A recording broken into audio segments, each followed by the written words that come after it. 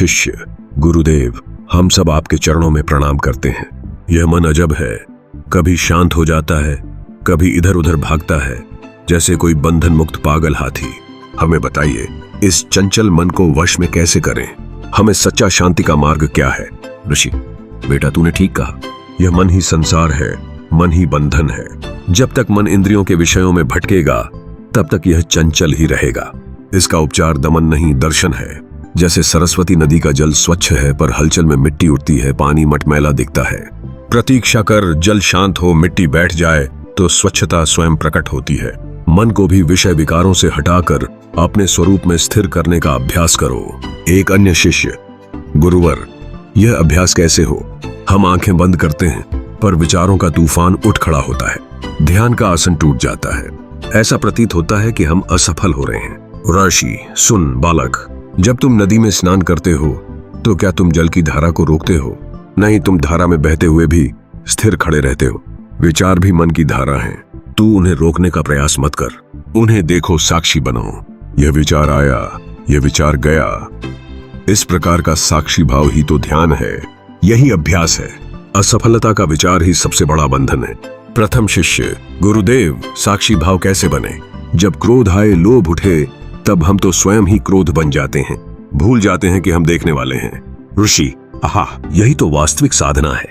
क्रोध आए तो पहचानो, मेरे भीतर क्रोध का उदय हुआ है, तू स्वयं क्रोध नहीं है। जैसे आकाश में बादल आते जाते हैं पर आकाश अछूता रहता है, तू भी वही आकाश स्वभाव है। यह स्मरण रख, अहम ब्रह्मास्मि, मैं वही चैतन्य सत्ता हूं।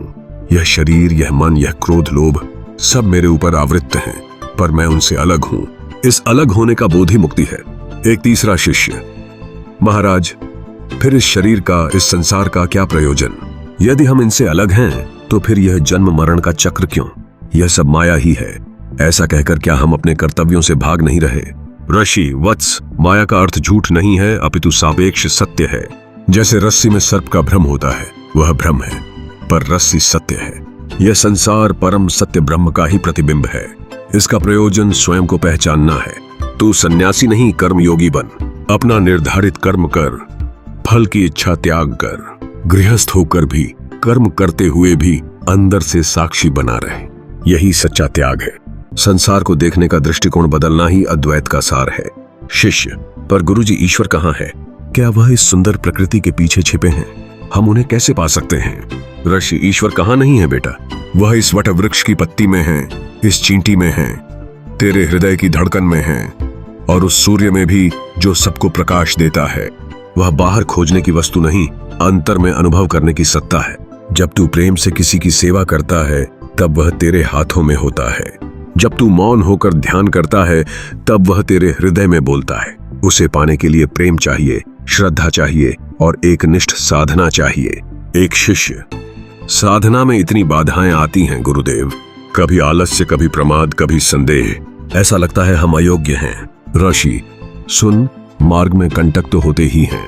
जैसे लोहार लोहे को अग्नि में तपाकर हथौड़े से पीट पीट कर उसे कुंदन बनाता है, वैसे ही ये बाधाएं तेरे अहंकार को तोड़कर तुझे शुद्ध सोना बना रही हैं। निराश मत हो।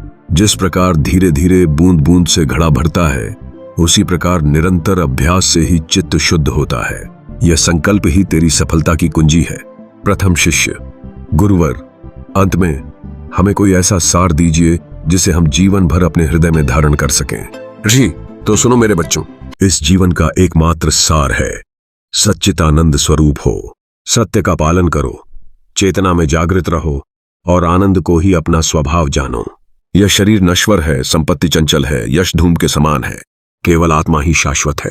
इसलिए सब में एक ही आत्मा को देखो। जो सुख दुख तुझे हैं वही सबको है। इसलिए दया करो, सेवा करो, प्रेम करो, यही सनातन धर्म है, यही परम सत्य का मार्ग है। तत्वमसि, तू वही है। इस ज्ञान को हृदय में बसा लो, यही मेरा अंतिम उपदेश है। सभी शिष्य, हमारा कोटि कोटि प्रणाम गुरुदेव। आपके इन अमृत वचनों को हम जीवन का आधार बनाएंगे। और ऐसा कहकर सभी शिष्य शांत हो गए। उनका मन पहले की भांति चंचल नहीं था, एक गहरी शांति और आत्मविश्वास से भर गया था, मानो उन्होंने जीवन का सबसे बड़ा रहस्य पा लिया हो।